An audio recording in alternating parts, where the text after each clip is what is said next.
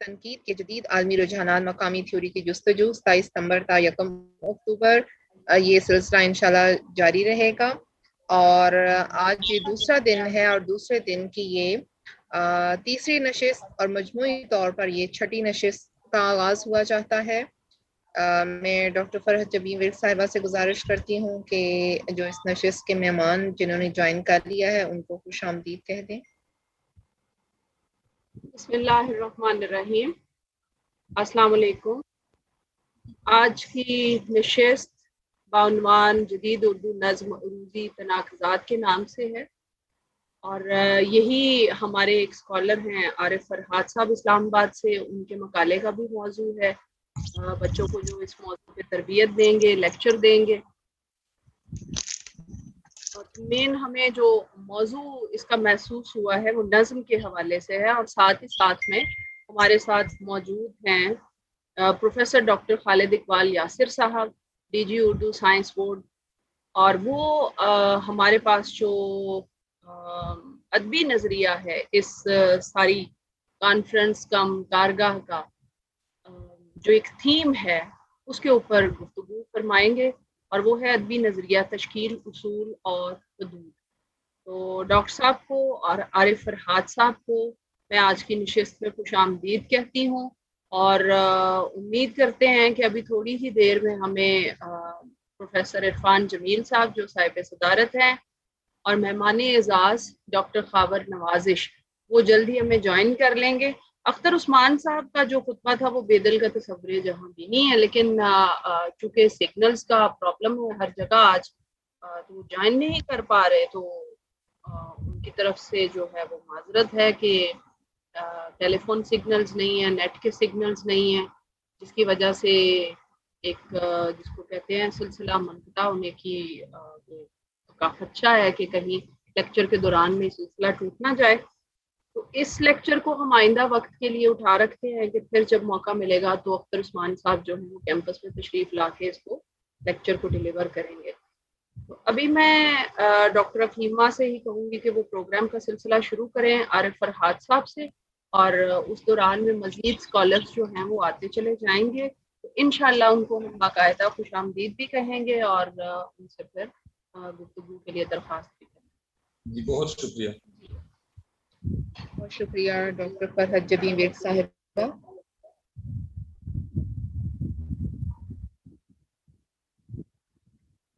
हमारी आज की इस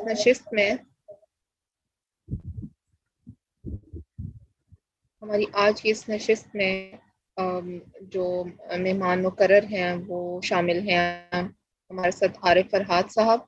मोहतरम आरिफ फरहाद साहब एक नौजवान शायर, मुहक्किक और नक़ाद और उस्ताद हैं। उर्दू माहिए के हवाले से आपका काम जो है वो खासा अहम और नुमाया है। और आप शायरी के हवाले से देखा जाए तो आपकी किताब जंजीर वो इल्मी और अदबी हल्के में खासी मकबूलियत की हामिल है। और आज की इस नशिस्त में जदीद उर्दू नज़्म के उरूज़ी तनाक़ुज़ात के हवाले से गुफ्तगू फरमाएंगे। हम निहायत अदब से गुजारिश करते हैं कि इस मौजू के हवाले से अपने कीमती ख्यालात से हमें नवाजें। मोहतरम आरिफ फरहाद साहब। बहुत शुक्रिया डॉक्टर साहिबा, मेरी खुशकिस्मती है कि मुझे रूस के हवाले से गुफ्तगू का मौका मिला। दरअसल रूस से जो मेरा शगफ है ये बहुत इब्तदाई ज़माने का है, जब शायरी का आगाज़ किया तो उस ज़माने से। और जो मेरा पीएचडी का मौजू है वो भी जदीद नज़्म के रूसी मुतालिया के हवाले से ही है। तो मैं आगाज़ करता हूँ। जदीद नज़्म ने अपने इर्तिकाई सफ़र के दौरान में मुख्तलिफ आरिफ साहब थोड़ा सा करीब हो के बोलिएगा, जरा सी आवाज दूर से आ रही है आपकी। जी मैं करीब हो जाता हूँ। शुक्रिया, ठीक हो गया जी। जदीद नज़्म ने अपने इर्तिकाई सफ़र के दौरान में मुख्तलिफ रूप बदले, मुख्तलिफ ज़मानों के साथ सफ़र करती नज़्म का आहंग भी उतार चढ़ाव का शिकार रहा। किसी ज़माने में चंद मखसूस बहूर और औज़ान का इस्तेमाल होता रहा, मगर मुतालिया से पता चलता है कि रफ्ता रफ्ता नज़्म बहरों और औज़ान के हवाले से आसानी की तरफ माइल होना शुरू हुई, यहाँ तक कि इसकी मौजूनियत का दरिया मुअर्रा से होते हुए आजाद नज्म के मैदानों की तरफ आ निकला और अब तो मुतअद्दिद शुअरा नसी नज्म की तरफ रागिब हो चुके हैं। अरूज अरबी शायरी और अरबी कुतब की बदौलत हिंदुस्तान में मुतारफ हुआ। दरस निज़ामी के नसाब में फसाहत और बलागत की कुतब भी थीं। ऐसी किताबों का एक हिस्सा अरूजी भी था। इसी तरह हिंदुस्तान की सरजमीन पर फारसी शायरी का अरूज भी हुआ, जो दरअसल अरूज का अरूज था। फारसी शायरी और अरूज लाजिम व मलजूम थे। बाद अज़ां अंग्रेज भी हिंदुस्तान में अंग्रेजी इल्म व अदब की नशो इशात करते रहे। उनकी शायरी ने असनाफ व असालीब की हद तक तो उर्दू शायरी को मुतासर किया, मगर अंग्रेजी अरूज अपने मुख्तलिफ तहजीबी रंग के बाइस फारसी या अरबी अरूज की जगह न ले सका। अलबत्ता इतना जरूर हुआ कि हयात के साथ साथ अरूजी अरकान में भी कमी बेशी हुई, जिसके नतीजे में नज़्म मुअर्रा और आजाद नज़्म की असनाफ ने वजूद इख्तियार किया। नज़्म और आहंग का आपस में बहुत गहरा ताल्लुक है। बकौले शिबली नुमानी लफ्ज एक किस्म का सुर होता है, जबकि एक मगरबी मुसन्निफ अजरा पाउंड ने कहा था कि दिमाग जिस चीज का अदराक करता है वो आहंग के ज़ेरो बम में नुमाया होती है, और जब कामिल लफ्ज का इत्तेहाद कामिल आहंग के साथ हो जाए तब ही शायर का इरफान अपनी तस्नवियत के साथ कागज पर उतर सकता है। खालिस मैकानिकी नुक्ते नजर से अल्फाज के औजान दो तरह के हो सकते हैं, एक तो माहियती यानी क्वालिटेटिव और दूसरा मिकदारी यानी क्वांटिटेटिव। माहियती वजन की असास बेशतर तर्ज अदा पर होती है, यानी इस बात पर कि लफ्ज किस तरह बोला जाता है, इसके बुनियादी मसब्बतों पर बोलने वाले ने किस तरह जोर डाला। मिकदारी वजन का इन्हिसार मुसब्बतों की तवालत या इख्तिसार पर होता है। माहियती वजन में मरकजी या बुनियादी मुसब्बतें या हरकत की आवाज दूसरे मुसब्बतों या हरकत को और तमाम मुसम्मतों की आवाजों को दबा लेती है, लिहाजा वो बिल्कुल वजन में नहीं आते या बहुत कम आते हैं। जबकि मिकदारी अरूज में हर हर्फ की आवाज अपनी कदर व कीमत रखती है। हमारे अरूज में अल्फाज का वजन मिकदारी असूल के तहत तय किया जाता है, और अंग्रेजी फ्रांसीसी वगैरह में तकरीबन हमेशा माहियती असूल के तहत। आगाज आजाद और मुअर्रा की हैयत में हुआ। आजाद नज़्म में नगमगी और लय तो पाई जाती है, मगर इसके मिसरों की गजल के मिसरों की तरह कोई मखसूस लंबाई नहीं होती, ना इसमें किसी काफिया या रदीफ की पाबंदी होती है। शायर हस्ब जरूरत मुनासिब जगह पर मिसरा तोड़ सकता है और फिर नई सदर में अपनी बात का सिलसिला आगे बढ़ाता है। जहां तक मुअर्रा नज़्म का मामला है तो इसके तमाम मिसरे आपस में हम वजन होते हैं। अलबत्ता ये भी काफिया रदीफ की पाबंदी से आजाद होती है और किसी भी वजन में लिखी जा सकती है। इसके तमाम मिसरे आपस में हम वजन होते हैं और इसी बहर में तख्लीक किए जाते हैं जिसमें मिसरा उला लिखा हो। मसलन अगर पहला मिसरा लिखा गया है मुफाइलुन फ़ुअलातुन मुफाइलुन फ़ेलुन यानी बहर मुजद्दस मस्मून मखबून में लिखा गया है, तो दूसरा मिसरा भी इसी तरह से इसी बहर में लिखा जाएगा और आखिरी मिसरे तक सिलसिला चलता रहेगा, मगर इसमें काफिया और रदीफ की पाबंदी जरूर नहीं होगी। एक और मिसाल देखिए, मफाइलुन मफाइलुन मफाइलुन मफाइलुन 4 मरतबा बहरे हिजत सालम के अरकान को इस्तेमाल किया गया है। आजाद नज़्म की वजन के लिहाज से दो नुमाया सूरतें सामने आती हैं। एक ये कि पहले मिसरे से आखिर तक तमाम नज़्म किसी एक ही बहर के अराकीन पर मुश्तमिल होती है। अलबत्ता बहर के अराकीन की तादाद जरूरत के मुताबिक घटती या बढ़ती रहती है। मसलन अगर पहले मिसरे में 3 मरतबा फेलुन का रुकन जो बहरे मुतदारिक के अरकान है रखे गए हैं, तो दूसरे मिसरे में शायर की मर्जी पे डिपेंड करता है और उसके तख्लीकी अमल पे डिपेंड करता है कि दूसरे मिसरे में फेलुन के अरकान 5 हैं, 7 हैं या 8 हैं। अब जैसे नीरज जी के यहाँ अगर फेलुन का इस्तेमाल हो तो उन्होंने तवील बहरों में तवील मिसरों की नज़्में आजाद कही हैं, मगर जदीद दौर में जो नज़्म लिखी जा रही है उसमें इतने तवील मिसरों की आजाद नज़्में तख्लीक नहीं की गई। दूसरी सूरत में शायर किसी मखसूस बहर को इख्तियार करने के बाद इसे हस्बे जरूरत टुकड़ों में तकसीम दर तकसीम करता है और जहां बहर खत्म होती है वहीं से इसी बहर को मस्कूरा बालामल से गुजारता है। दूसरी सूरत की मिसाल देखिए कि अगर पहला मिसरा लिखा गया है फाइलातुन फ़ुआला पे, तो दूसरा मिसरा फ़ुआला के ही अगले बाकी मानदा रुकन से तुन से शुरू हो जाएगा, यानी कि पहला मिसरा फ़ुआला तक खत्म हो गया और दूसरा मिसरा जो है इसी बहर रमल मुसम्मन मखबून की इसी बहर के अरकान से शुरू हो जाएगा और सिलसिला जारी रहेगा। अब देखिए, आमतौर पर अरबी, फारसी और उर्दू अरूज को एक वहदत के तौर पर लिया जाता है। मुतदावल अरूज तकनीकी नकाइस और तनाज़ात से भरा पड़ा है। इसकी इस्लाह के हवाले से मुतअद्दिद मुश्किलात का सामना है। पहले से मौजूद किताबों की नकल दर नकल इशाअत ही नए अरूजी निज़ाम की तश्कील या इसकी तजदीद में एक बड़ी रुकावट है। नीज अरूज में नए नए तजर्बात मुफीद नहीं होते। किसी ज़िहाफ या बहर का नाम तब्दील करना या कोई ज़िहाफ किसी बहर से वाबस्ता नहीं है और हम इसे जबरदस्ती उस बहर से लगाएंगे तो ये गलत हो जाएगा। महज मतरूक बहरों को निकालने से ही बहुत सी आसानियां पैदा की जा सकती हैं। दोहरे नामों से मौजूद ज़िहाफात को एक ही नाम दे देना चाहिए और अगर हम कोई नई बहर वज़ा करना चाहते हैं तो इन पैटर्न्स, इन असूलों और बुनियादों पर बनानी चाहिए जिससे उसकी शनाख्त मुमकिन हो। यानी हर बहर के अपने मखसूस ज़िहाफात हुआ करते हैं, उन्हीं में उसे लिखना चाहिए और उन्हीं ज़िहाफात को इस्तेमाल करना चाहिए। जैसे फ़ाइलातुन अगर बहर रमल का रुकन है, इसके अपने मखसूस ज़िहाफात हैं। अब अगर हम इस पर कोई ऐसा ज़िहाफ लगा दें जो इसके मिजाज के खिलाफ हो तो यकीनन ये गलत होगा, क्योंकि ना तो वो कोई अच्छी बहर साबित होगी और ना ही इसकी कोई खास शनाख्त होगी। मैं समझता हूं कि उर्दू अरूज को तजदीद की जरूरत है, इसके खसो खाशाक को झाड़ने की जरूरत है, लेकिन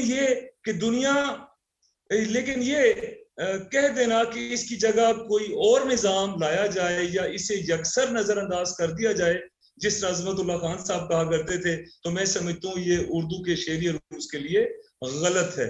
अज़मतुल्लाह खान के हवाले से बताता चलूं कि ये उन मुतकद्दमीन में से हैं जिन्होंने अरूजी तजर्बात की जरूरत महसूस की और न सिर्फ अपनी शायरी में इनका इस्तेमाल किया बल्कि अपनी शेरी तसनीफ, जो उनका पहला शेरी मजमूआ था बलीन सुरीले बोल, उसमें हवाले से बड़ा अहम और मानी खेज मजमून भी अरूज के हवाले से उन्होंने तहरीर कर रखा है, जो दिबाचे के तौर पर देखा जा सकता है, जो बाद में आने वाले शायरों के लिए जदीद उर्दू नज़म के अरूजी पैमानों की तफहीम और इसमें होने वाले अरूजी तजर्बात की बुनियाद बना।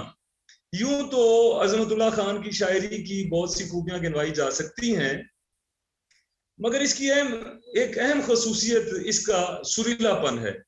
अगर इनकी शायरी का मुताला किया जाए तो पता चलता है कि वो हिंदी अरूज से बहुत ज्यादा मुतासर थे और शायद उन्होंने इसी नुक्ते नजर से शायरी का गहरा मुताला किया हो। इनके मजमुआ कलाम सुरीले बोल में शामिल मजमून का मुताला किया जाए तो मालूम होता है कि फन अरूज में उन्होंने एक शान हासिल कर ली थी। मैं समझता हूँ कि अगर किसी उर्दू शायर ने इल्मे अरूज में गैर मामूली जिद्दतें पैदा की तो वो अज़मतुल्लाह खान ही थे। उनकी बहरें और उनकी बहूर उर्दू के लिए नई हैं। उन्होंने नए नए तरकीब बंद इख्तियार किए और अपनी शायरी को मतालिब और असलूब दोनों के लिहाज से उर्दू अदब में एक बिल्कुल नई सौगात बनाकर पेश किया। इस हवाले से मोहिउद्दीन कादरी ज़ोहर ने अपने सुरीले बोल के दिबाचे में लिखा है कि कोट, उर्दू में हिंदी लफ्जों और बहरों का इस्तेमाल अजमत ही की शायरी की वजह से मकबूल हुआ। इनसे पहले अगरचे नज़ीर अकबर आबादी ने भी इस तरफ कोई तवज्जो की थी, लेकिन इनके कलाम के सूफियाना हिस्से ने इनकी इस खूबी को नुमाया ना होने दिया। लेकिन अजमत ने अपनी पाकीज़ा नज़मों के जरिए से इस खसूसियत को इस खूबी से चमकाया कि आज भी उर्दू शायरी मसलन जोश, हफीज, सागर और हामिदुल्लाह अफसर वगैरह इन्हीं के रंग में लिखकर मकबूलियत हासिल कर रहे हैं। वाकई यह है कि अज़मतुल्लाह खान ने एक ऐसी शाहरा बना दी है जिस पर अब आसानी से हर शायर गामजन हो सकता है। अनकोट अज़मतुल्लाह खान की एक नज़म दिल लौट के आता है का इसका जो पहला बंद है वो हम देखते हैं जिसमें वो लिखते हैं, दिल लौट के आता है, दिल लौट भी जाता है, दिल लौट के आता है, दिल लौट भी जाता है, दिल ये जो हमारा है माना के तुम्हारा है, चाहो तो ये प्यारा है, दिल लौट के आता है, दिल लौट भी जाता है, एक बात में हट जाए, एक बात में कट जाए, एक बात में फट जाए, एहसास का धंधा है, उल्फत का ये बंदा है। ये जो नज्म है ये बेरे हिजज मुसम्मन अखरब यानी मफऊल मफाइल में तख्लीक की गई है। अब मामला यह है कि रूसी कायदों से नावाकिफ लोग इसकी तख्ती बहरे मुतदारिक मखबून मकतू यानी फेलुन फ़ैलुन के अरकान में भी कर देते हैं, जो कि मेरे ख्याल में दुरुस्त नहीं है।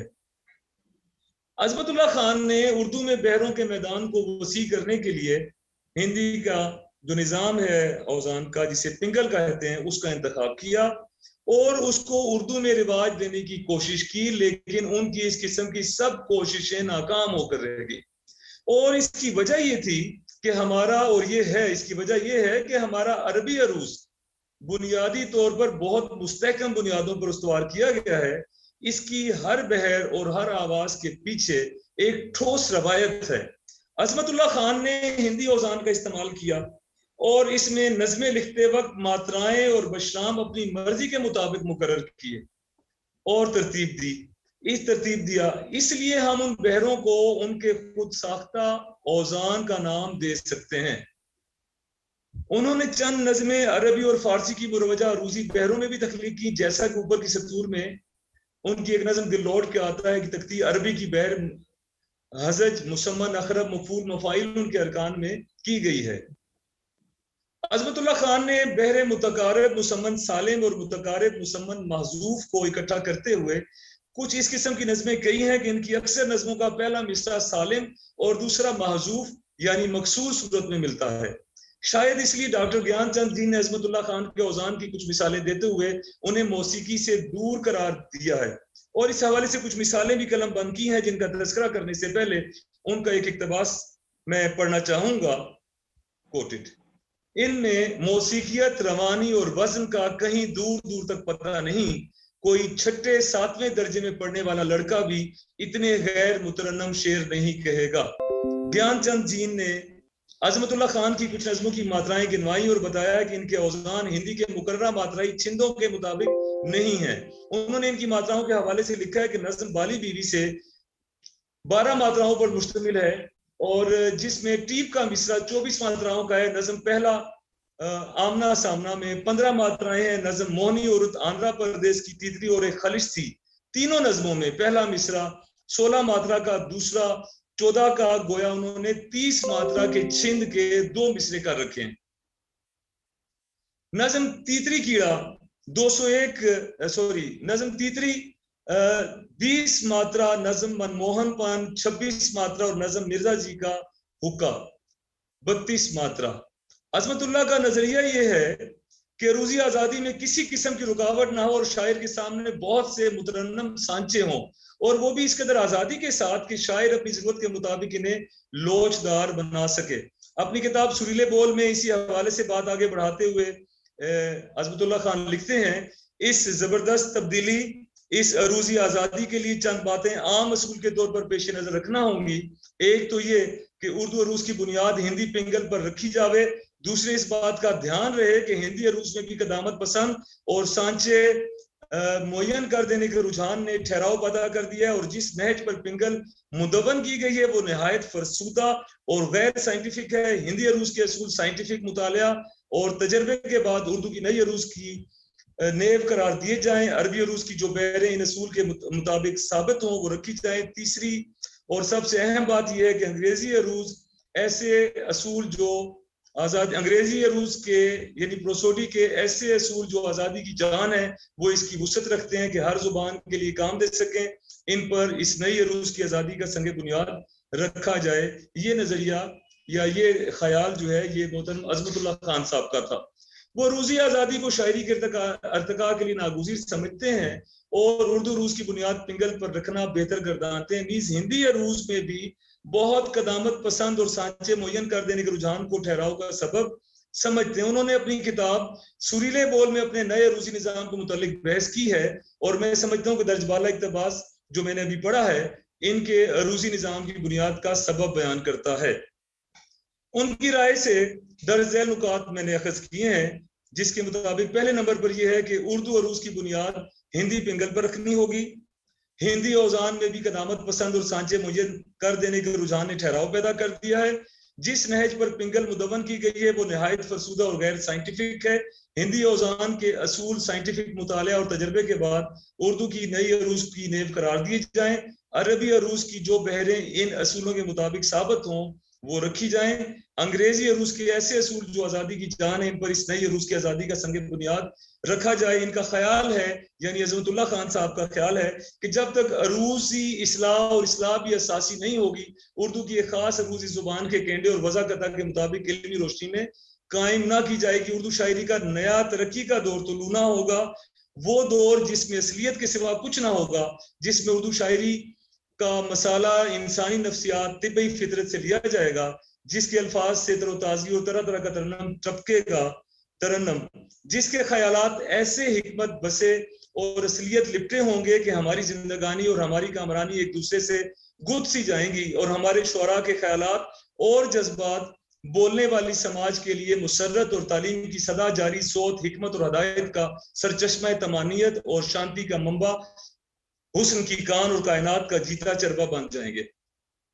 और इससे इनकार नहीं किया जा सकता। ये बात है अजनबी की, लेकिन इससे ज्यादा अजनबी की एक और बात है जिससे सुनकर लोग कुछ कम हैरान नहीं होंगे कि वो बात सिर्फ इतनी है कि जब से इंसान का गिला अपने सांचे में इस तरह की आवाजें ढालने लगता है, सॉरी यहाँ जिसको यहाँ पर ये थोड़ी सी मिस्टेक है कि जब से इंसान का जो गला है, थ्रोट, अपने सांचे में इस तरह की आवाजें ढालने लगा है जिसको जुबान कहते हैं, इंसान बोलने लगता है। और जब तक सांस के लंगर की टिक टिक का तांता बंधा रहता है, आदमी नज्म ही बोलता रहता है। लफ्ज वो आवाज है जो जची तुली हो, जिसका उतार चढ़ाव हमारे गले के सांचे ने समाज की पसंदीदगी के बाद मुकर्रर कर दिया हो। इस किस्म के गले की ढालें, कान की तोली और समाज की कान पड़ी आवाजों के शिराजे का नाम जुबान है। लेकिन जुबान में अल्फाज का मजमूआ ही नहीं, इसमें तरतीब और तंजीम और उज़्वबंदी होती है। दूसरे अल्फाज में यूं भी कहा जा सकता है कि जुबान एक सोती जस्द है। आवाज अल्फाज की सूरत जुमलों के पैकर में ढलती है। ये ढीले ढलारे जिंदान पुर्जे एक दूसरे से जोड़ खाते हैं और इनके आपस में गुथ जाने के बाद तरह तरह की तरकीबें पैदा होती हैं और आज़ा का काम देती हैं। इस तरह जुबान एक जिस्म बन जाती है।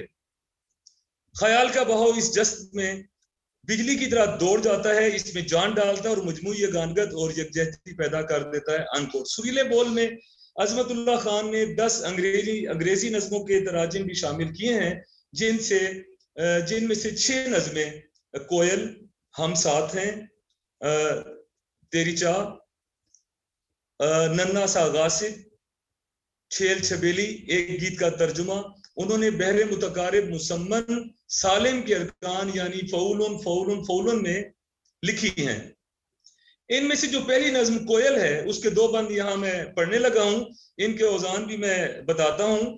यानी पहला मिसरा वो लिखते हैं, खुशा मस्त आवाज वाले परिंदे, फौलुन फौलुन फौलुन फौलुन, तेरी को खुशियों का एक राज है। अब यहाँ पर आखिर में रुकन तोड़ दिया गया है, तेरी को खुशियों का एक राज है, यानी पहले मिसरे के वजन के ऊपर पूरा नहीं उतरता बल्कि इसका वजन बनता है फौलुन फौलुन फौलुन फऊ, यानी एक सबब या 2 हरूफ कम कर दिए गए हैं वजन में। परिंदा कहूं या तो बचपन की मेरे, भटकती हुई सी एक आवाज है। अब परिंदा कहूं या तो बचपन की मेरे, यहाँ पर फिर फौलुन का रुकन जो है वो 4 दफा मुकम्मल सालिम बांध दिया गया है और अगले मिसरे में दोबारा जो है फौलुन का आखिरी जो रुकन है उसमें से 2 हरूफ या एक सबब कम कर दिया गया है। भटकती हुई सी एक आवाज है, तेरी ताने ऊंची मैं सुनता हूँ लिपटा हवा घास पर। अब यहाँ पर जो तेरी ताने ऊंची में सुनता हूँ लिपटा, पूरी नज़म पढ़ने की बजाय मैं बताता चलूं कि इन्होंने ये सिलसिला यही रखा है कि पहला मिसरा जो है उसमें फौलुन के 4 अरकान पूरे रखे हैं सालिम, और अगले मिसरे में वो रुकन तोड़ते चले गए हैं और आखिरी बंद में तो वो जो आखिरी मिसरा है उसमें भी 2 अरकान, आखिरी रुकन जो है उसके 2 हरूफ या एक सबब कम कर दिया। अब ये जो नज़म के अशार मैंने पढ़े हैं इसमें पहला मिसरा जो है वो 4 दफा फौलुन पे है, दूसरा फिर एक सबब कम कर दिया गया और ये सिलसिला इनका।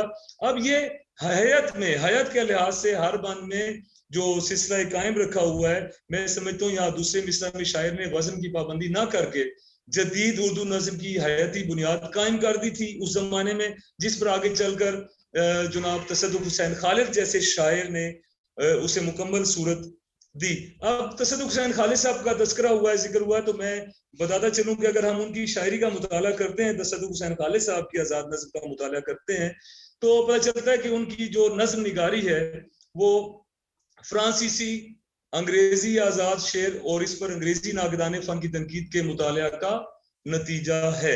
उनकी नज़मों में एक मिसरा के अरकान दूसरे मिसरा के अरकान के साथ इस तसलसल से चलते हैं कि पूरी नज़्म के मिसरे बाहम जुड़े हुए महसूस होते हैं और एक दूसरे का जुज नजर आते हैं। जैसे अल्फाज के इस तरह जुज बनते नजर आते हैं जैसे अल्फाज के मोती किसी ने बहर के अरकान में परो दिए हों, और ये सिलसिला नज़्म के पहले मिसरे से आखिरी मिसरे तक जारी उसारी रहता है। उनकी जो किताब है लामकां से लामकां तक, इसके इब्तदाई सफ़ात में खुद तसद्दुक़ हुसैन खालिद साहब लिखते हैं, कोटेड, मैं अपनी तकनीक पर कुछ ज्यादा नहीं कहना चाहता, ये फ्रांसीसी और अंग्रेजी आजाद शेर, उस पर अंग्रेजी नाकदाना फन की तनकीद के मुताला का नतीजा है। मैंने खुज़मा सफ़ा वद माकदर अपा पर अमल करते हुए फ्रांसीसी और अंग्रेजी आजाद शेर के सिर्फ उन पहलुओं को अपनाया है जो उर्दू शायरी की रवायत से मुतनाकस नहीं और जो हमारे फन अरूज से बआसानी हम आहंग हो सकते हैं।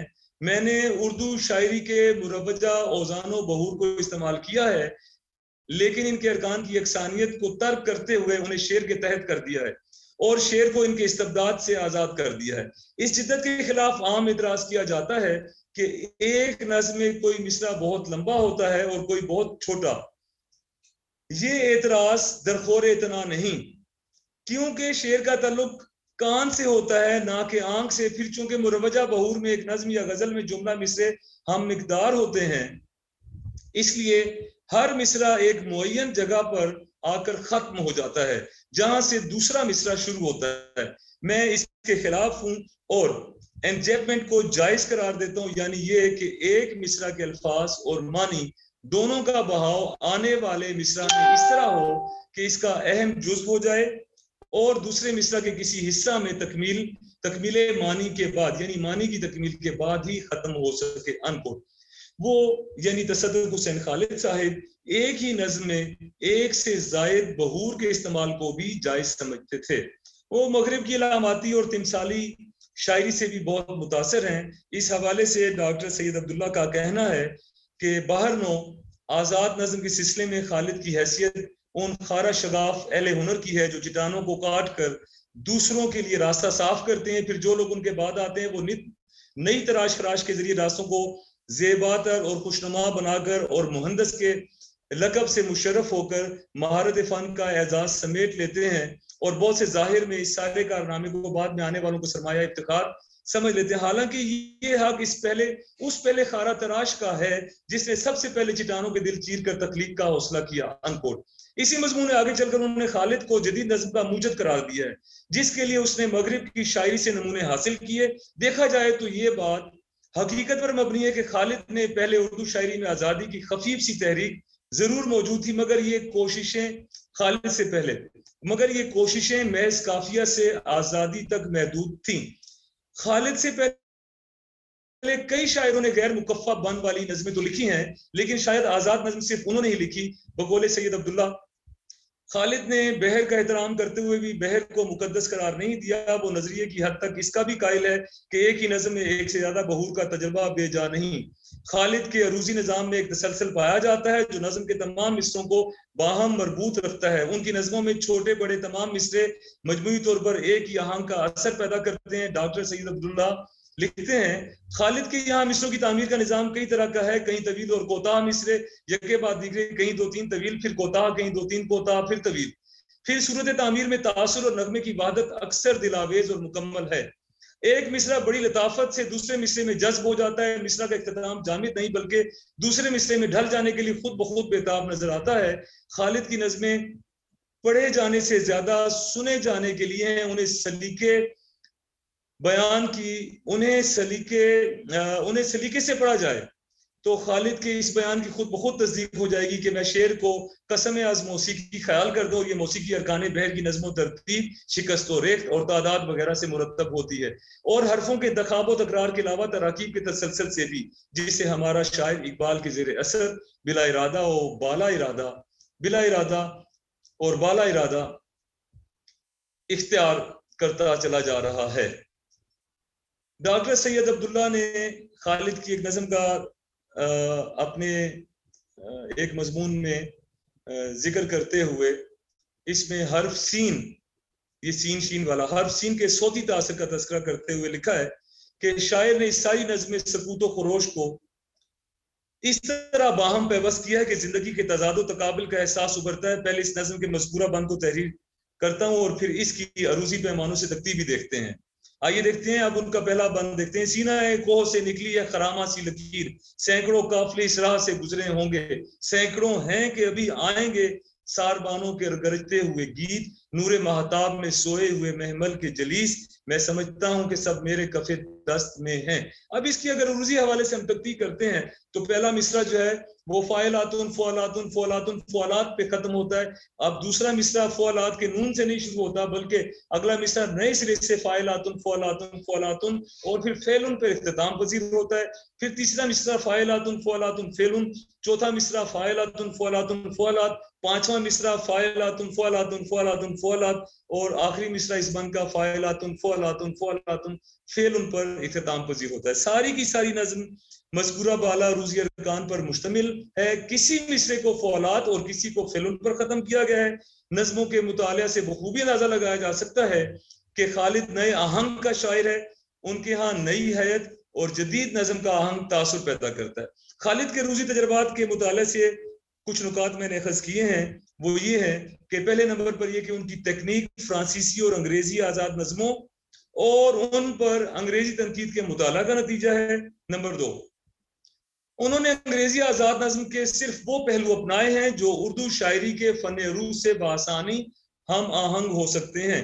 बाकी पहलुओं को उन्होंने दरकोरे इतना नहीं समझा। नंबर 3, उन्होंने उर्दू शायरी के मुरवजा औज़ान बहूर को इस्तेमाल किया है। उनके यहाँ एक मिसरा के अल्फाज और मानी दोनों का बहाव आने वाले, यानी पहले मिसरा के जो अल्फाज और मानी हैं दोनों का भाव आने वाले मिसरा का जुज बन जाता है। और इस हवाले से सैयद अब्दुल्ला फरमाते हैं कि खालिद ने बहर का एहतराम करते हुए भी बहर को मुकद्दस करार नहीं दिया। वो नजरिए की हद तक तो इसका भी कायल है कि एक ही नज़्म में एक से ज्यादा बहूर का तजर्बा बेजा नहीं। उनकी यानी तसद्दुक़ हुसैन खालिद साहब की एक नज़्म है जिसका उन्वान है ये जमीन। आइए उसी तकतीक करके देखते हैं। पहला मिसरा ये जमीन, फाइला, इश्क के शोलों पतंगों सरसरों, फाइलातुन फाइलातुन फाइला, फूलों की रंगीन कशमकश। अब फाइला जो पिछले मिसरा पे खत्म हुआ है तो इसकी तकतीक का अगला हिस्सा तुन का जो है वो अगले मिसरा के साथ जोड़ दिया गया। फूलों की रंगीन कशमकश, तुन फाइला, इस खाक पर होती रही तुन फाइला, जीती गई तुन फाइला। रूह इंसानी को हुस्ने जाविदानी मिल गया। अब मिसरा मुकम्मल हो जाता है, फाइलातुन फाइलातुन फाइलातुन, लेकिन आखिर में रुकन तोड़ दिया गया है फाइला, मगर पिछले तजर्बे की तरह अगले मिसरे में फाइला का रुकन अगले मिसरे के साथ जोड़कर पूरा नहीं किया गया, बल्कि यहाँ पर वो बगावत कर गए हैं अरूजी कायदे से और अगला मिसरा उन्होंने फाइलातुन से शुरू कर दिया है। हैरतों का राज है ये सजदा गाहे कुदसियां, फाइलातुन फाइलातुन फाइलातुन फाइला, और आगे फिर उसको जोड़ दिया अगले मिसरे के साथ, महसूद चश्मे आसमां तुन फाइला। इस मुकद्दस आस्था पर जिंदगी का घर बने और आखिर में फिर मुकम्मल सालिम जुमले से अरूजी जुमले से शुरू कर दिया है फाइलातुन से, जबकि कायदे के मुताबिक फाइल अगर पिछला मिसरा फाइला पर खत्म हुआ है तो अगला मिसरा फाइला के अगले सबब यानी ते नून तुन के साथ शुरू कर देना चाहिए था, और नज़म के इस बंद का इख्तिताम उन्होंने फाइला पर कर दिया है। ये नज़म बहरे रमल मुसम्मन माजूफ मकसूर के अरकान फाइलातुन फाइलातुन में लिखी गई है, और इसके पहले हिस्से में जो जो उन्होंने तोड़फोड़ की है फिर दूसरे में जहां वो मैंने अभी जिक्र कर दिया है। अब ये अज़मतुल्लाह खान साहब के जो अरूजी तजर्बात के सिलसिले को आगे बढ़ाया इन्होंने, लेकिन इनकी तसद्दुक़ हुसैन खालिद साहब की बेशतर नज़मों में देखा जा सकता है कि इन्होंने कोई नए तजर्बात अरूजी हवाले से नहीं किए और कोई अज़मतुल्लाह खान साहब की तरह कोई इत्तेहादी रवैया भी नहीं अपनाया। कहीं कहीं उन्होंने मिसरों की बुनत में जोड़ तोड़ की है, जिसका अभी मैंने थोड़ी देर पहले जिक्र किया है। मगर असल जो तब्दीली आती है वो मीरा जी की नज़मों की तरफ हम चलते हैं। मीरा जी के यहाँ देखते हैं कि असल में ये तब्दीली आप देखिए कि क्यों होती है। जो भी तब्दीलियां आती है इसके पीछे कुछ बड़े मुहर्रकात हुआ करते हैं। अब ये वो दौर था जब पहली जंग अजीम के बाद का जमाना था। पहली जो जंग अजीम के बाद पूरी दुनिया में जो नफ्सियाती जज्बाती इस्तराब की जो फजा थी वो बहुत सी तब्दीलियों का सबब बनी। वहां पर ये जो फजा थी इसने हमारे लिटरेचर में भी तब्दीली पैदा की। हमारे अदीबों और शायरों की जो सोच थी उनकी नफ्सियात को भी तब्दील किया और इस तब्दीली का एक असर हमारी शायरी के आहंग ने भी अपनाया, यानी हमारे आहंग को भी इस फजा ने, इस तब्दीली ने मुतासिर किया।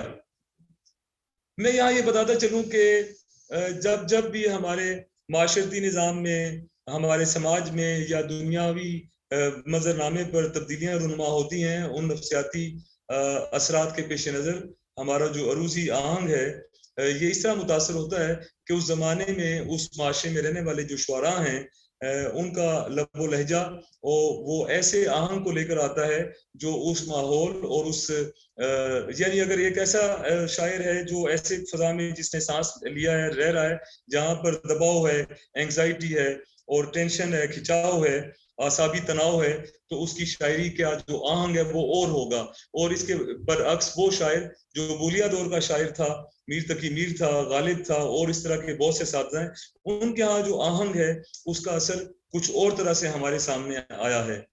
तो ये लेकिन ये जो मुहर्रकात थे ये एक नए शेरी निज़ाम को इन्होंने वजूद बख्शा। ये निज़ाम खास तौर पर राशिद और मीरा जी की शायरी में देखा जा सकता है। ये जो तब्दीली का तासुर है, इनकी शायरी एक नए ज़हनी और जज्बाती मोड़ की अलामत है।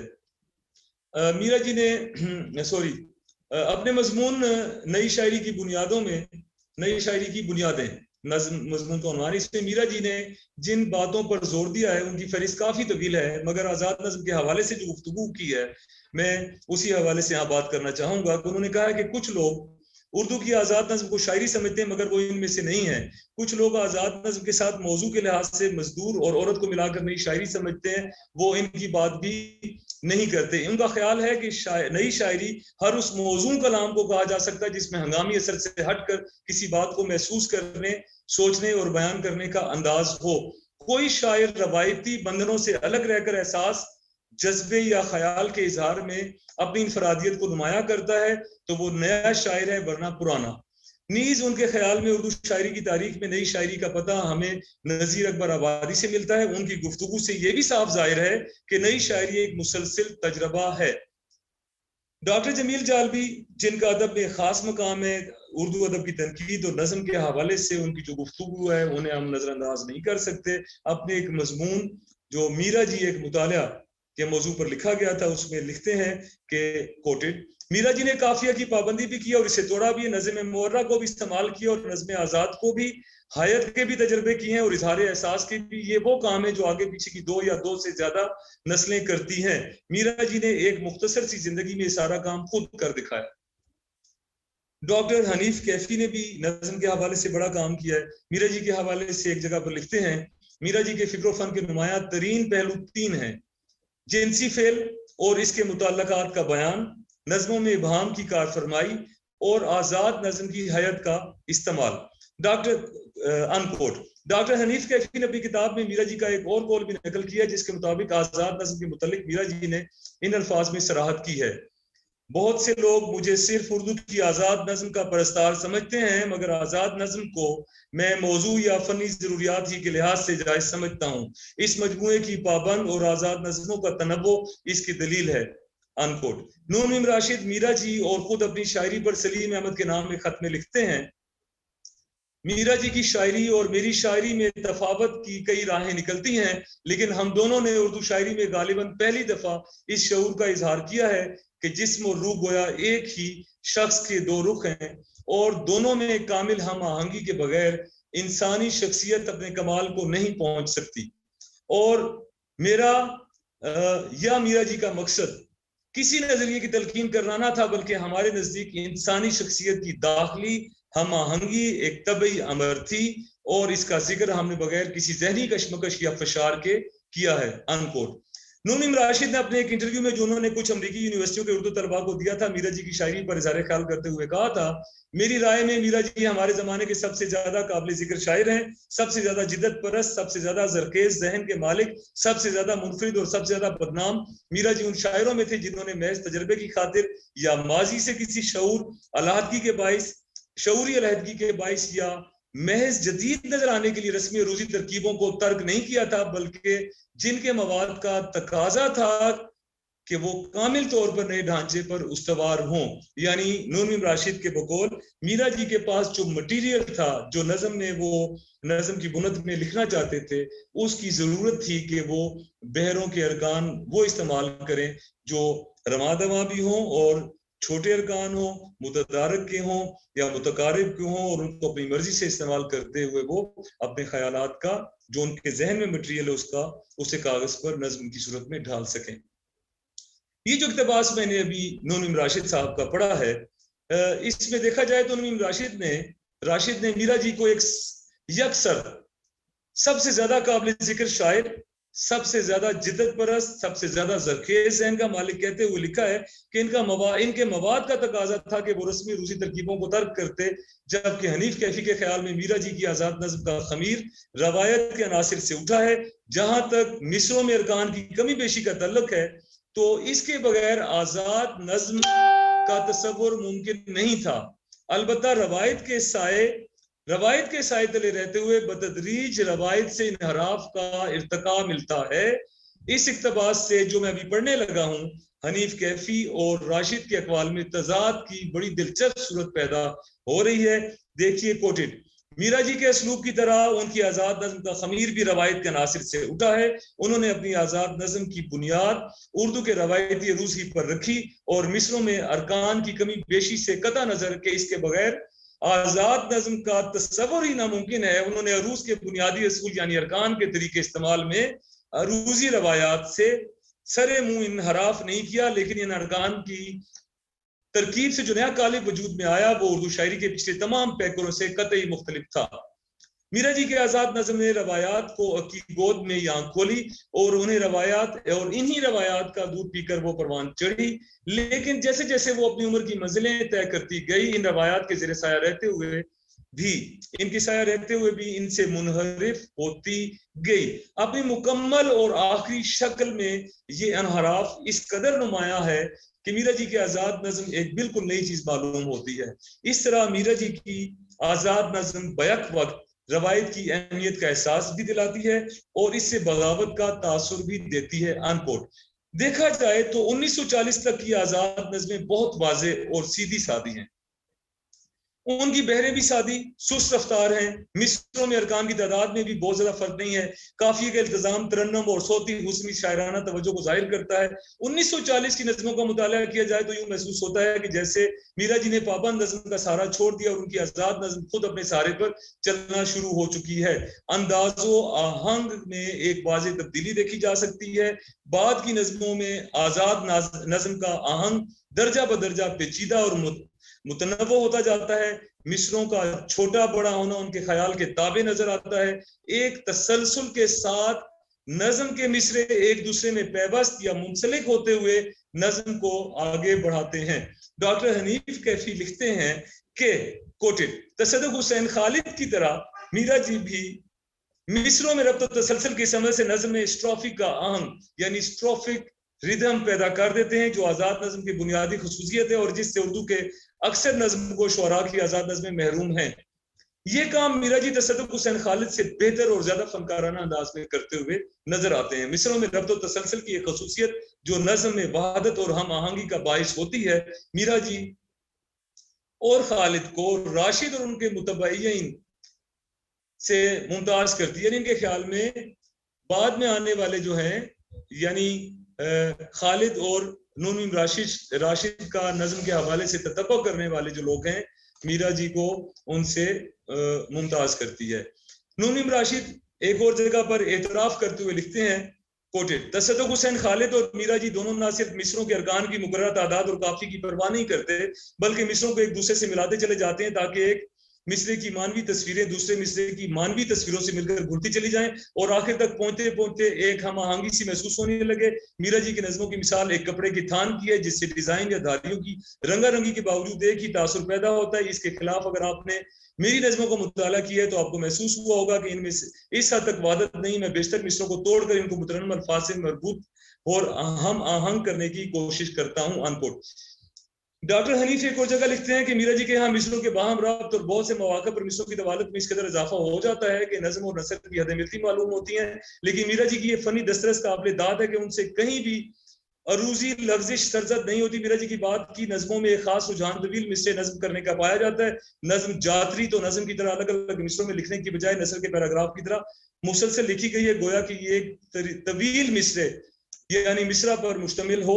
फिक्रों और जुमलों की हदबंदी औकाफ यानी पंक्चुएशन के जरिए की गई है, मगर नज़्म में जो सालिम बहरे मुतदारिक इस्तेमाल की गई है इसके अरकान फाइल ऐसे हैं कि इन फिक्रों और जुमलों को बड़ी आसानी से अलग अलग मिसरों की शक्ल में लिखा जा सकता है।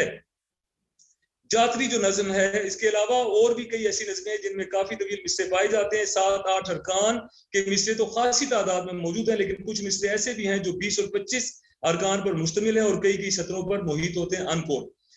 फनी नुक्ता नजर से ये मिसरे एक नामियाती आहंग की तश्कील करके नज़्म स्ट्रॉफी का अंदाज पैदा करते हैं। मीरा जी नज़्म के मिसरे को इस वक्त तक आगे बढ़ाते रहते हैं जब तक ख्याल मुकम्मल ना हो जाए, जबकि अक्सर नज़्म को ख्याल मुकम्मल होने से पहले ही मिसरा तोड़कर नया मिसरा शुरू कर देते हैं।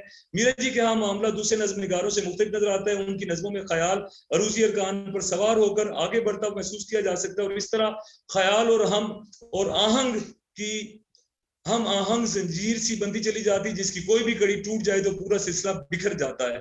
जैसे कोई माला टूट जाए तो उसके सबब सब मोती बिखर जाते हैं। इसी तरह मीरा जी की नज़म की कोई भी कड़ी अलग करते वक्त एक अंदेशा सा जन्म लेता है कि अरूजी अरकान के हम आहंग पाया जाने वाला शायर का सारा मुनज़्ज़म और मरबूत ख्याल टूट कर रह जाएगा। इस किस्म की कैफियत तसद्दुक़ हुसैन खालिद के यहाँ भी देखी जा सकती है। खालिद ऐसी सूरत पैदा करते हैं कि एक मिसरा के आखिरी रुकन को तोड़कर उसे इख्तितामी जुज़ से दूसरे मिसरा की इब्तिदा करते हैं, लेकिन मीरा जी के यहाँ रुकन की तकसीम की ये सूरत नहीं मिलती। पूरे मजमूए में सिर्फ 2 जगहों पर ऐसी सूरत मुझे नजर आई है, मगर इसके बावजूद उनके मिसरों में एक रब्त और तसलसल की खूबी मजमूए में सिर्फ 2 जगहों पर ऐसी सूरत नजर आई है, मगर यानी कि 2 जगहों पर बगावत की सूरत नजर आती है, मगर इसके बावजूद उनके मिसरों में एक रब्त और तसलसल की खूबी का अंसर मौजूद है। मीरा जी के नज़मों में पाया जाने वाला तसलसल इसी फनकाराना महारत का मुंह बोलता सबूत है और लायके तहसीन भी है। अब इसके बाद जो सिलसिला आगे बढ़ता है जदीद नज़म के हवाले से, तो इसमें एक बड़ा अहम नाम हमारे पास आता है और वो है नून मीम राशिद का। जदीद नज़म के हवाले से नून मीम राशिद का अगर देखा जाए, जो अरूजी निज़ाम है उनका जो तसव्वुर इल्मुल औज़ान है वो दीगर शायरों से कदरे मुख्तलिफ है।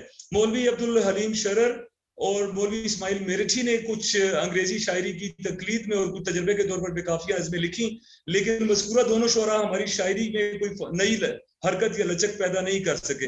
नून मीम राशिद जदीद नज़म में काफी तो इस्तेमाल करते हैं, मगर इसे शेर का आका नहीं बनने देते।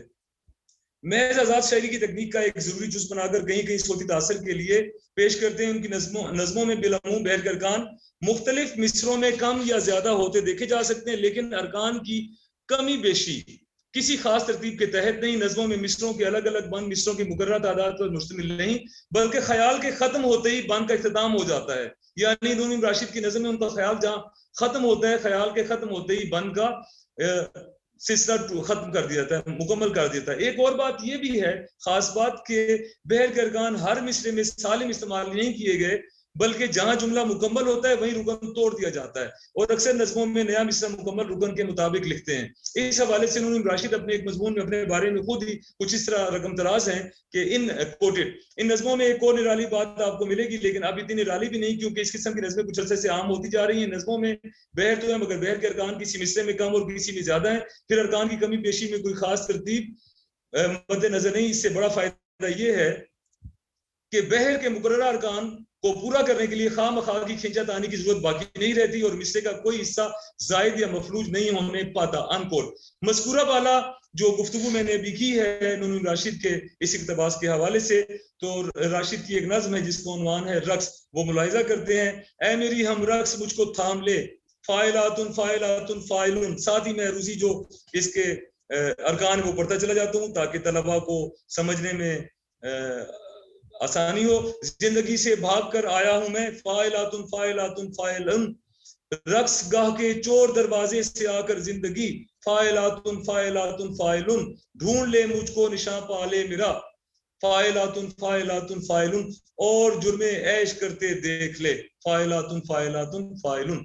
ये जो मिसरे अभी मैंने पढ़े हैं, इन पर गौर किया जाए तो पता चलता है कि तमाम मिसरे बहरे रमल, मुसद्दस, मखफूफ के अरकान फाइलातुन फाइलातुन फाइलुन में तख्लीक किए गए हैं, मगर फाइलातुन के अरकान की कमी बेशी के बावजूद हर मिसरा फाइलुन पर ही आकर ये खत्म होता है। मगर कुछ नज़में मुकम्मल रवानी का बाज़ाब्ता इजहार भी करती हैं, जिनमें एक मिसरा की बहर के अरकान जहां खत्म होते हैं अगले मिसरा में वहीं से शुरू हो जाते हैं। जैसे उनकी एक नज़म है जिसका उन्वान है दूरी, वो बहरे मुतकारिब मुसम्मन सालिम के अरकान फौलुन फौलुन में लिखी गई है।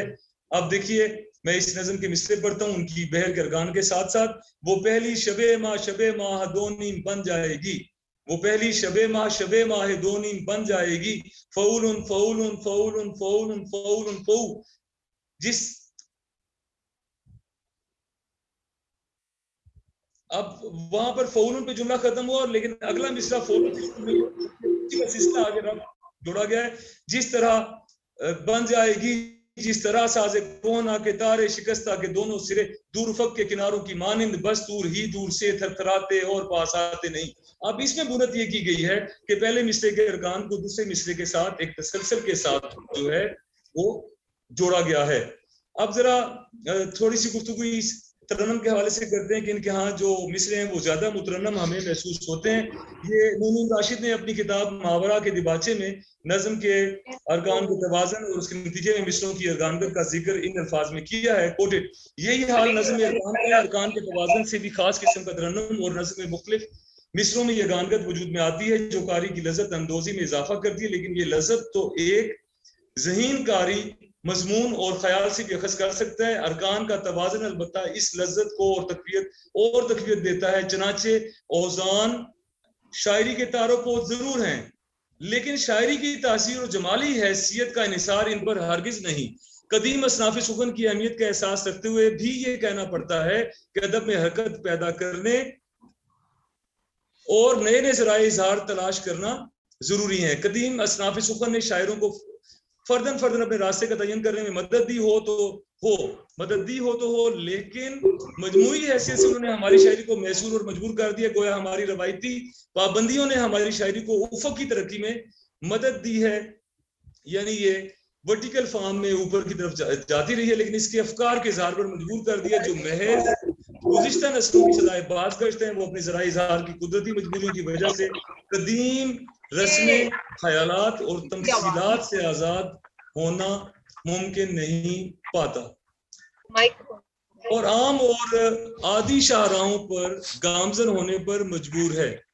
इस मजबूरी का पैदा किया हुआ तसन्नो न सिर्फ शायरों की फनी नुसरत की कोशिशों के रास्ते में संगे गरां है, बल्कि हमारे अदबियात के लिए मजमूई हैसियत से भी मोहलिक साबित हो रहा है। चनाचे मुझे यकीन है कि हमारे अक्सर औज़ाए सुखन अब भी जदीद ख्यालात के सैलाब का साथ नहीं दे सकते, इसलिए नए रास्तों का पैदा होना कुदरती है और नए रास्तों का पैदा करना एक मुकद्दस फर्ज।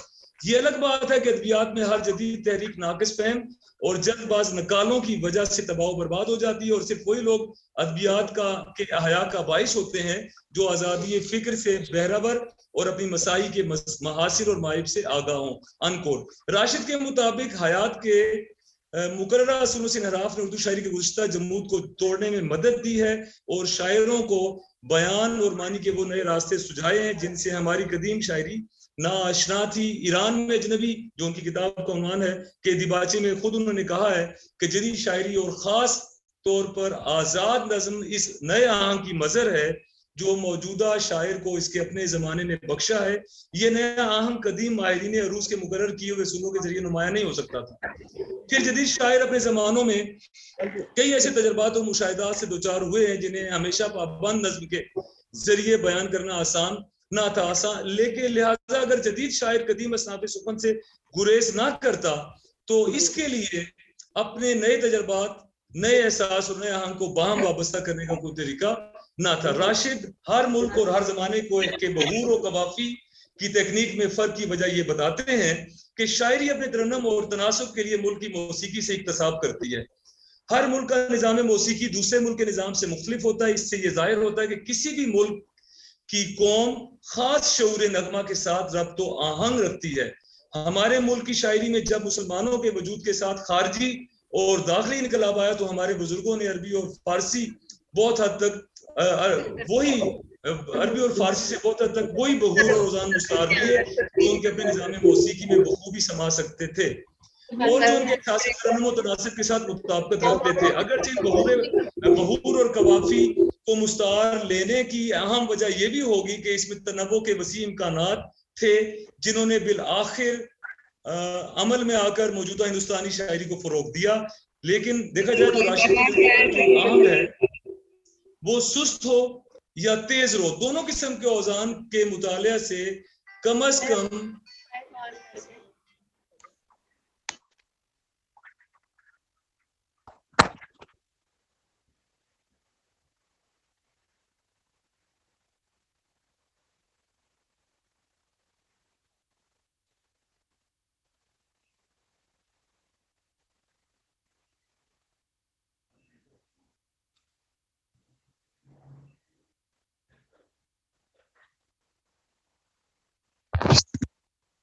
जी। अब एक शायर का जिक्र रह जाता है जिसमें बड़ा अहम नाम है राशिद के बाद, वो है मजीद अमजद, और मैं बस 2 मिनट लूंगा। मजीद अमजद जो है वो एक नए वियन के साथ हमारे पास आए।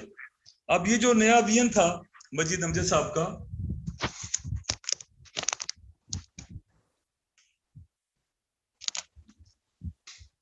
जी मजीद अमजद का शेरी मिजाज जो है ये एक नया वियन नाज लेकर हमारे सामने आया और पुराने सांचों और शक्लों में तख्लीक तजर्बात के बाद उन्होंने नज़म की नई शक्लों में तब आजमाई की। उन्होंने बहरों के बर्ताव में हिंदी और पंजाबी का तदब्बो किया। इस हवाले से डॉक्टर मोहम्मद अमीन का बस एक इक्तबास पढ़कर मैं इख्तिताम करता हूँ कि मजीद अमजद का शेरी मिजाज बहर मुतकारब से हमाहंग है। उन्होंने जिस अंदाज से इस बहर को बरता है वो उन्हीं का हिस्सा है। इस सिलसिले में उन्होंने हिंदी और पंजाबी का तदब्बो किया है। उनकी आखिरी नज़में इसी बहर में है और इसी बहर में उनकी तकतीब मुख्तलिफ और मुतनव्वो ज़ियाफ़ात के साथ मुमकिन है। मजीद अमजद ने बहर मुतकारिब असलम, अशरम और मकबूज असलम को जमा किया और बाज़ जगह बहर मुतदारिक का रुकन फाइलुन भी इस्तेमाल किया है। इन रियायतों के लिहाज से उनकी इन सब नज़मों की तकतीब मुमकिन है जिनकी बहर मुतनाज़ा फी है। मजीद अमजद ऐसे शायर थे जिन्होंने बहरे मुतदारिक और मुतकारिब के अरकान को तोड़कर इस्तेमाल किया है और इस तरीके से इस्तेमाल किया है कि बाज़ जगहों पर तो उनकी शायरी के मिसरे जो हैं नज़म के हमें नसर के बहुत करीब तर मालूम होते हैं। बाहर कैफ ये मैंने चंद एक अहम आज़ाद नज़म और जदीद नज़म के जो अहम शायर हैं चंद एक उनके हवाले से गुफ्तगू की है। अब हमारे पास यहाँ पर जो तुलबा और तालिबात हमारे पास मौजूद हैं तो डॉक्टर साहिबा अगर ये इस हवाले से कुछ सवालात करना चाहते हैं तो प्लीज। तालिबात में से कोई सवाल करना चाहे तो कर सकते हैं।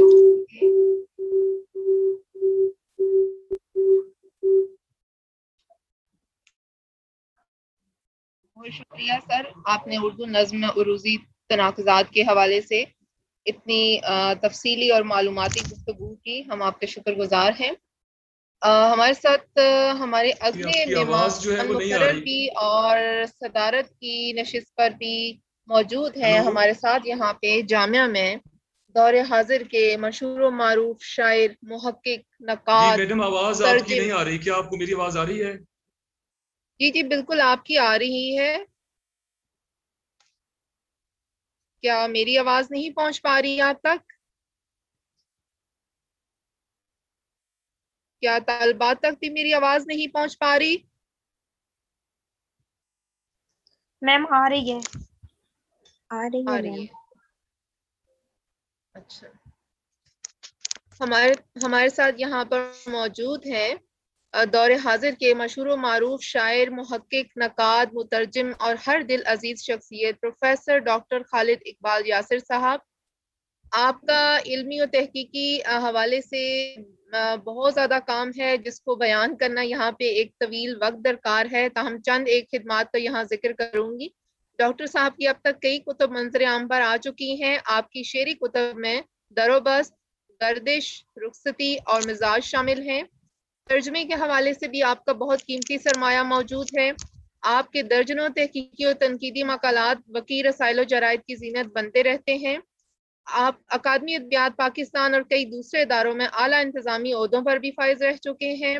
आपकी गिरां कदर खिदमात के इतराफ में हुकूमत पाकिस्तान की जानिब से मुख्तलिफ एजाज़ात से भी नवाजे जा चुके हैं, जिनमें तमगा इम्तियाज सर फहरिस्त है। आजकल शोबे उर्दू जामिया फातिमा जनाब राय ख़वातीन में दर्स व तदरीस से वाबस्ता है। हमें खुशी है कि डॉक्टर साहब आज हमारे